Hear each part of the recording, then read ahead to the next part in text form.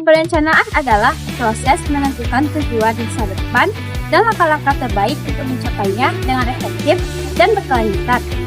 Nah, dalam perencanaan terdapat tahapan utama, yaitu mengidentifikasi masalah, mengumpulkan data, menganalisis kondisi, merumuskan tujuan, mencari alternatif cepat, memilih alternatif terbaik, merumuskan perencanaannya, dan juga tahap mengimplementasi dan mengevaluasi. Kita membutuhkan perencana agar pembangunan lebih terarah dan pemanfaatan ruang lebih tertib. Juga konflik pemanfaatan lahan bisa diminimalkan. Investasi tepat sasaran dan lingkungan tetap terjaga. Nah, perencanaan ini memastikan agar pembangunan lebih adil, efisien, dan berkelanjutan. Ilmu perencanaan wilayah dan kota dimulai dari masa kolonial, yang dimana mereka itu hanya berfokus kepada kota-kota tertentu. Setelah kemerdekaan, pembangunan itu lebih mengarah kepada rekonstruksi dan pembangunan nasional. Kemudian, masuk di tahun 1980-an, perencanaan itu lebih menekankan kepada tata ruang yang modern, yang mulai diterapkan di Indonesia. Nah, kemudian di tahun 2000-an, pembangunan itu lebih berfokus kepada keberlanjutan, mitigasi bencana, smart city, dan partisipasi masyarakat. Hingga kini, perencanaan wilayah dan kota itu mengikuti kebutuhan zaman.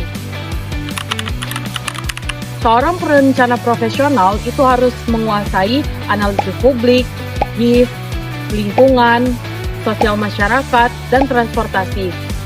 Peluang karir dari perencana itu ada Bapeda, Dinas Tata Ruang, Dinas Perhubungan, konsultan, lembaga riset, dan development property, serta bisa juga memasuki dunia geospasial dan smart city.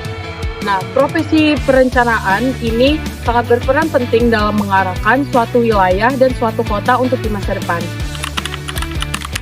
Perbedaan ruang lingkup wilayah dan juga kota. Pada ruang lingkup wilayah, cakupannya lebih luas seperti pada provinsi dan juga kabupaten. Fokus pada ruang lingkup wilayah itu seperti pada hubungan antar kawasan, pertumbuhan ekonomi wilayah, sampai pada jaringan transportasi regional. Sementara pada ruang lingkup kota, cakupannya lebih sempit dibandingkan ruang lingkup wilayah.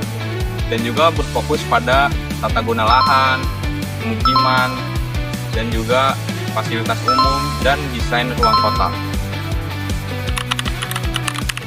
Pada perencanaan wilayah, kajiannya mencakup struktur ruang ekonomi wilayah. Contoh produknya adalah RT/RW provinsi, RT/RW kabupaten, dan rencana kawasan strategis. Untuk perencanaan kota, kajiannya mencakup tata guna lahan, utilitas, dan mobilitas kota. Contoh produknya adalah RDTR, RTBL, dan Master Plan Transportasi Kota. Dan ada juga beberapa isu PWK yang bisa dijadikan sebagai perumusan solusi bagi para stakeholder dan juga pemerintahan. Di antaranya ialah adanya kemacetan, banjir, krisis air bersih, penurunan kualitas lingkungan, munculnya permukiman kumuh, dan lain-lain. Yang dimana isu-isu tersebut bisa dijadikan sebagai perumusan solusi tata ruang bagi para stakeholder dan bagi para bagian pemerintahan.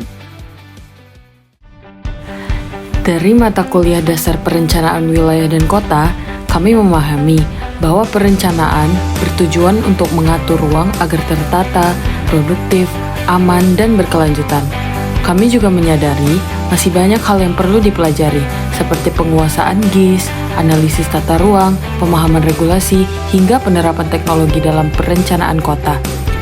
Dengan mempelajari dasar-dasar perencanaan wilayah dan kota, kami berharap dapat berkontribusi dalam menciptakan masa depan kota dan wilayah yang lebih baik.